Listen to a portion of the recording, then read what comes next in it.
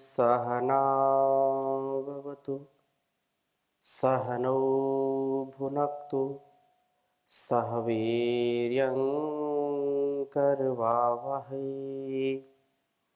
तेजस्विनावधीतमस्तु मा विद्विषावहै।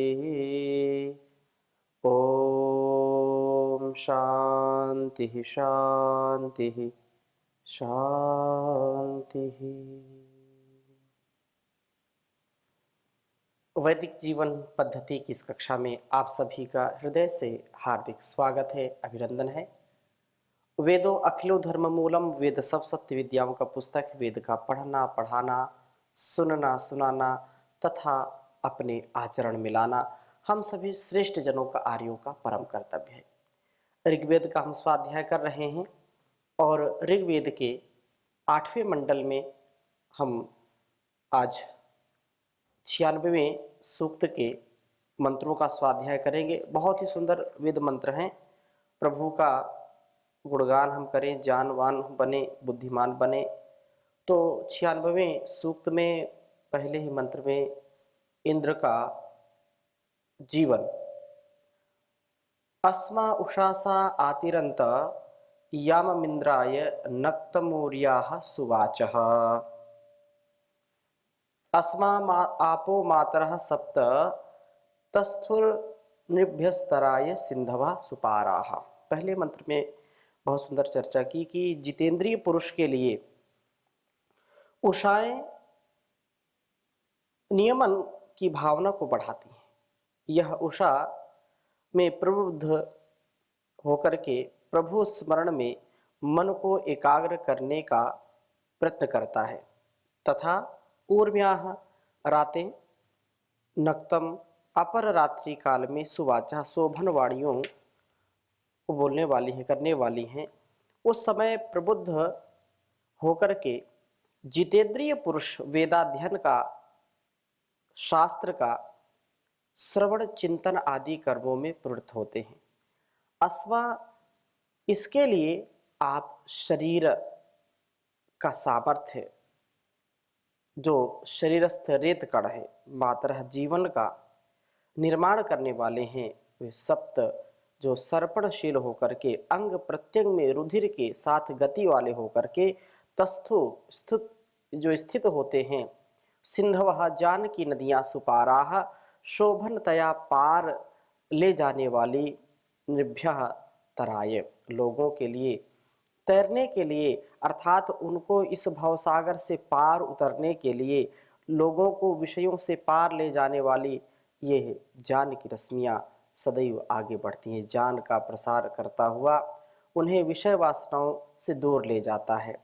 एक जो जितेंद्रिय व्यक्ति है वह कामना भी करता है, उपासना भी करता है कि उसका जीवन बहुत ही व्यवस्थित हो और उसके लिए स्वाध्याय भी करता है, जितेंद्रियता भी रखता है, प्रातः जाग करके मन को एकाग्र करने का अभ्यास करता है, अपर रात्रि काल में वेद वाणियों के द्वारा स्तोत्रों का उच्चारण करता है, रेत कणों को शरीर में सुरक्षित करता है, लोगों में ज्ञान का प्रचार प्रसार करता है, आधान करता है। उस भगवान के विधान को वह 100% पालन करता हुआ जीवन और जगत का कल्याण करता है। अविद्या जो हमारे लिए सबसे बड़ा क्लेश है, अविद्या, अस्मिता, राग, द्वेष, अभिनिवेश, ये पंच क्लेश जो हैं, ये हमारे जीवन और इस जगत को कष्टमय, दुखमय बनाने के लिए है, जिनमें अविद्या सबसे मूल में है। ये 5 क्लेशों का जो मूल है वो अविद्या है। अविद्या पर्वत के किस शिखरों का भेदन करके ही व्यक्ति विद्या से युक्त, ज्ञान से युक्त हो पाता है। बंधन का कारण क्या है? अविद्या। अविद्या से हम पार जाएं, अविद्या से हम दूर हो जाएं, विद्या से युक्त हो जाएं, अविद्या से मुक्त हो जाएं तो मुक्ति मिलेगी। तो बहुत ही सुंदर वेद मंत्र है इस 96वें सूक्त का, दूसरा मंत्र आपके समक्ष रखता हूँ, पहले लिखता हूँ उसको। ओम अतिविद्या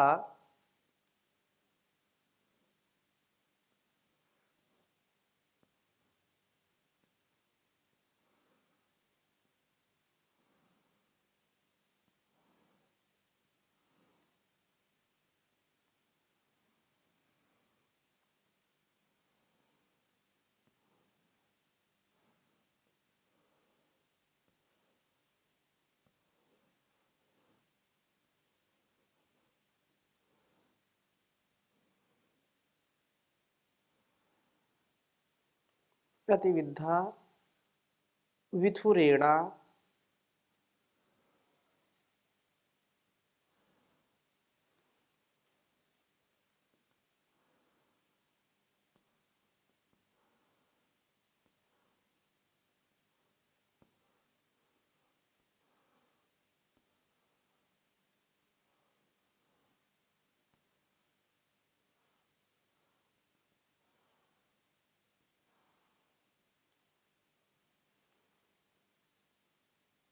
चिदस्रा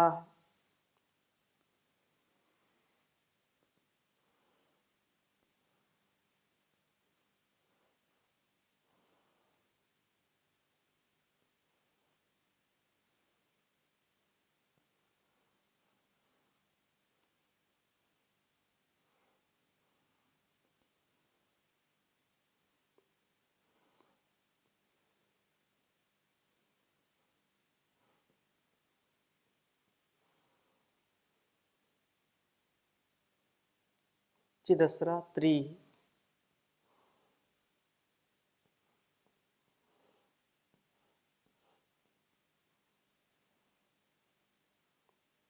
सप्तसानु संहिता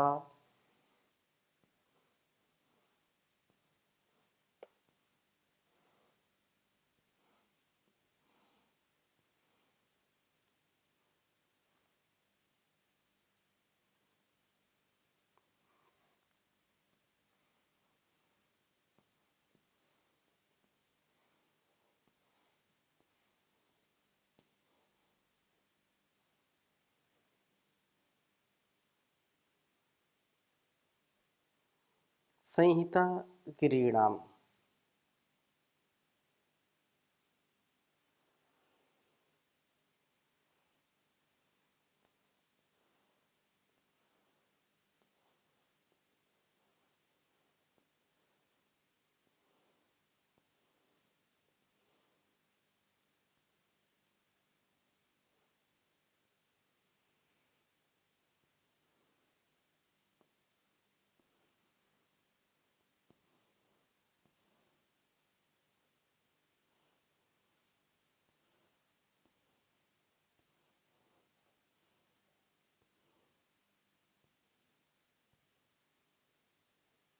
गिरीणाम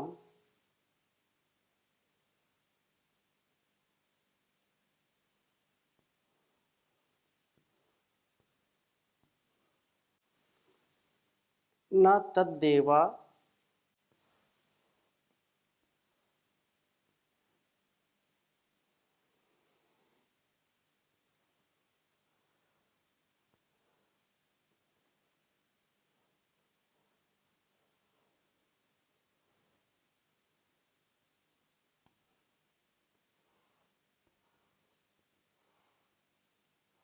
न तद्देव न मर्त्यस्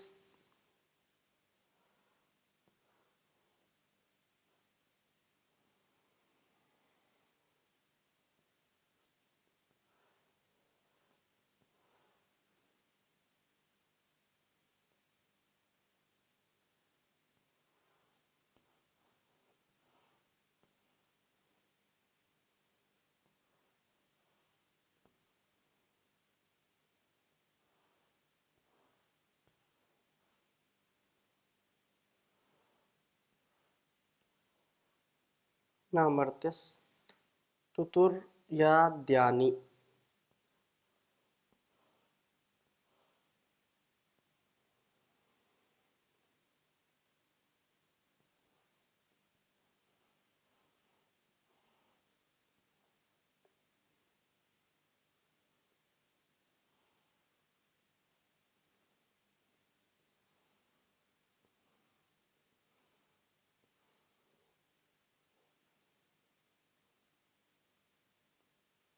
प्रवृद्धो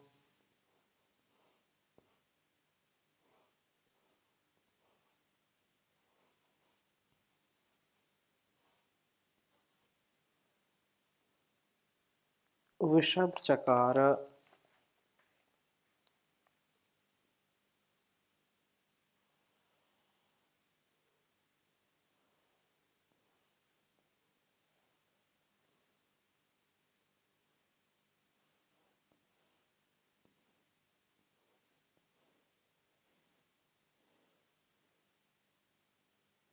वृषभश्चकार।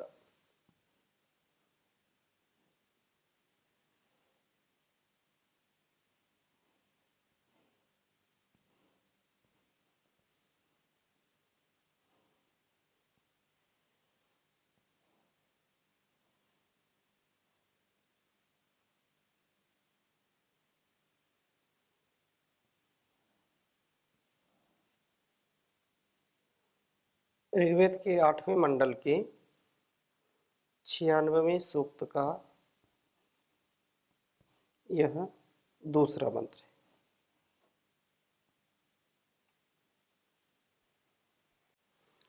ओम अतिविद्या विथुरेणाचिदस्रात्रिः सप्तसानुसंहिता गिरीणाम् न तद्देवा न मर्त्यस्तुतुर्याद्यानि प्रवृद्धो वृषभश्चकार। ओम अतिविद्या विथुरेणाचिदस्रा त्रिः सप्तसानुसंहिता गिरीणाम् न तद्देवा न मर्त्यस्तुतुर्याद्यानि प्रवृद्धो वृषभश्चकार। बहुत ही सुंदर इस वेद मंत्र का भाव है। इस इंद्र के द्वारा जो समस्त शक्तियों का पुंज है, जो दुर्गुणों को दुर्व्यसनों को दूर करता है, शत्रुओं का विनाशक है, ऐसा परम ऐश्वर्यशाली वह परम पिता परमेश्वर जो गिरिणाम अविद्या पर्वतों के संहिता अति दृढ़ 21 सानु शिखर विथुरेण चित निश्चय से शत्रुओं के लिए व्यथा कर अस्ता क्रियाशीलता रूप अस्त्र के द्वारा अति विद्या अतिशयेन विद्ध किए जाते हैं। स्थान व समय के दृष्टिकोण से अविद्या 21 भागों में विभक्त है। जो अविद्या है वो 21 उसके विभाग हैं, 21 स्थानों पर वो बटा हुआ है। तो 12 मास व 6 ऋतुएं समय को सूचित करती हैं तथा 3 लोक पृथ्वी अंतरिक्ष दिवलोक स्थान को, इनके विषय में अज्ञान ही गिरी है। अर्थात जो 12 माह हैं, 6 ऋतुएं हैं और पृथ्वी अंतरिक्ष दिवलोक है, इनके अस्तित्व को ठीक ठीक ना समझना, इनके महत्व को ठीक ठीक ना समझना, इनके यथार्थ स्वरूप को ना समझना, यही वास्तव में अविद्या है। यह अविद्या का स्वरूप है। इस अविद्या से जो बचता है वही इनका सदुपयोग भी कर पाता है। इनके विषय में अज्ञान ही वास्तव में गिरी है। इनके शिखरों का भेदन क्रियाशीलता रूप वज्र के द्वारा ही होता है। व्यक्ति जब क्रियाशील है, गतिशील है, वह ज्ञान को बढ़ाता है, विवेक को बढ़ाता है, तो इन अविद्या पर्वत भेदन आदि यानी जिन कर्मों को प्रवृद्ध जितेंद्रियता के द्वारा प्रवृद्ध शक्ति वाला वृषयः चकार, यह प्रजाओं पर सुखों का वर्षण करने वाला इंद्र करता है। तत् उस कर्म को न देवः, न कोई देव, न मर्त्यः, न ही मनुष्य तुतुर्यात हिंसित कर पाता है। इंद्र के इन प्रजा हितकारी कर्मों में आदि दैविक आदि भौतिक आपत्तियां नहीं आती हैं। एक जितेंद्रिय पुरुष वास्तव में क्रियाशीलता रूप वज्र के द्वारा अविद्या का विनाश करता है तथा प्रवृद्ध शक्ति वाला बन करके ज्ञान प्रसार और लोगों पर सुखों का वर्षण करता है। इसके इस कर्म में आदि दैविक व आध्यात्मिक विघ्न नहीं आते हैं। यदि अविद्या से हमको बचना है, अपने जीवन को सुखमय, शांतिमय और विद्या से युक्त करना है, इसके लिए हमको तत्व ज्ञान आवश्यक हमारे लिए है, उसका ज्ञान हमको अवश्य होना चाहिए। स्थूल रूप में इन ऋतुओं का और इन मासों का जो माह है और इस पृथ्वी का, देवलोक का, अंतरिक्ष लोक का जो ज्ञान है, जितना हमारे लिए कल्याणकारी है, संपूर्ण ज्ञान तो नहीं हो सकता है, लेकिन जितना ज्ञान हो सकता है उतना हम जीवन में उतारने का प्रयत्न करें। हम इस पार्थिव सुख को सब कुछ मान बैठते हैं, जबकि यह शाश्वत सत्य नहीं है। हम इस चमक दमक में अपने आप को ऐसे खो देते हैं जिससे हमारा अविद्या से युक्त जीवन हो जाता है। हम अविद्या से बचें, उसके लिए हमारे स्वयं के जीवन में वह प्रगति, वह गति अवश्य हमको करनी चाहिए, जैसा हमारे वेद शास्त्र उपनिषद बताते हैं कि हम विद्या से युक्त हों। और अविद्या अर्थात ये जो सांसारिक माया मोह है, जो भौतिक आकर्षण है, इससे हम बचें। परंतु दोनों बातें हमको साथ साथ मिलकर के करनी होगी। विद्याम चा अविद्याम चा यस्तद वेदो भयम सहा, अविद्या मृत्युम तीर्थवा विद्यामृतमश्नुते संभूतिम चा विनाशम चा यस्तद वेदो भयम सहा विनाशेन मृत्युम तीर्थवा संभूत्यम अमृतमश्नुते। प्रभु का हम सब के ऊपर वह अनुग्रह बना रहे, गुरुओं का अनुग्रह बने रहे, जिससे हम इस संसार की जो बारीकियां हैं उसको हम समझें। हम केवल क्षणिक सुख की कामना में या इस भौतिक भोग भावना में बहे ना। हम केवल इसके भोग के लिए नहीं आए, अपितु हमारा सबका जीवन कुछ करने का है, आत्म कल्याण करने का है, मुक्ति की ओर जाने का है। हम आत्म कल्याण से विश्व कल्याण की इस पावन परंपरा को, इस पावनी परंपरा को ऋषि कल्प बन करके, अर्थात ऋषि जैसे बन करके हम इसको आत्मसात करें, तो निसंदेह यह अविद्या जो सब क्लेशों का मूल है, इससे हम बच पाएंगे। और विद्या से युक्त व्यक्ति सदैव दूसरों का भी कल्याण करता है, उसमें उसका कल्याण तो निहित होता ही होता है। इसलिए विद्या के विषय में बहुत सुंदर बातें कही हैं। मनुस्मृति में कहा कि यथा खनन खनित्रेण नरो वार्यधिगच्छति तथा गुरुगताम विद्याम शुश्रूषाधि गच्छति। यदि विद्या से युक्त होना है तो जिस प्रकार से फावड़े से खोदते खोदते मनुष्य जल पा लेता है, अर्थात उसको जल का स्रोत मिल जाता है, उसी प्रकार से सेवा करने वाला गुरु में विद्यमान विद्या को प्राप्त कर लेता है। हम सेवा से युक्त हों, गुरुओं की सेवा करें, माता पिता की सेवा करें, और ऐसे ऋषिकल्प महान तपस्वियों की जब सेवा करते हैं तो वे हमको ज्ञान दे ही देते हैं। इस जीवन का और इस जगत का क्या रहस्य है, वो सब हमारे जीवन में धीरे धीरे उतरने लगता है, उसको हम समझने लगते हैं। और यही सबसे सुंदर जीवन है कि विद्या से युक्त हो। विद्या ददाति विनयम विनयाद याति पात्रताम पात्रत्वात् धनमाप्नोति धनात् धर्मम ततः सुखम। इसके बिना कोई सुख मिल ही नहीं सकता है। विद्या से विनय आती है और विनयशील व्यक्ति इस संसार में सब कुछ पा सकता है। लेकिन जिनके जीवन में विद्या नहीं है, विनयशीलता नहीं है, वे कैसे कार्य कर सकते हैं। तो बहुत सुंदर बात कही है, विद्याहीनस्य विप्रस्य विडम्बाय गुणांतरम परिधान विहीनस्य परिकर्मानंतरम यथा।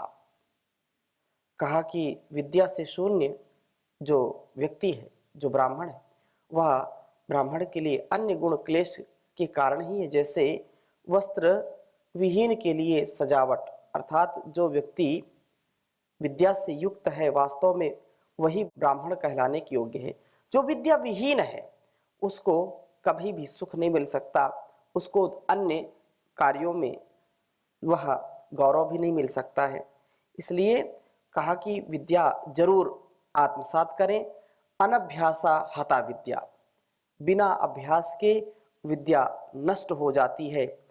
अनभ्यासे विषम विद्या कहा, अभ्यास न होने से विद्या विष के समान हो जाती है। और अभ्यास करने से अभ्यासेन विद्या वर्धते, विद्या अभ्यासेन वर्धते। इसलिए विद्या हमारे लिए सबसे बड़ा सुख है, सबसे बड़ी हमारी संपत्ति है। इसलिए कहा विद्या नाम नरस्य रूपमधिकं प्रच्छन्न गुप्तं धनम।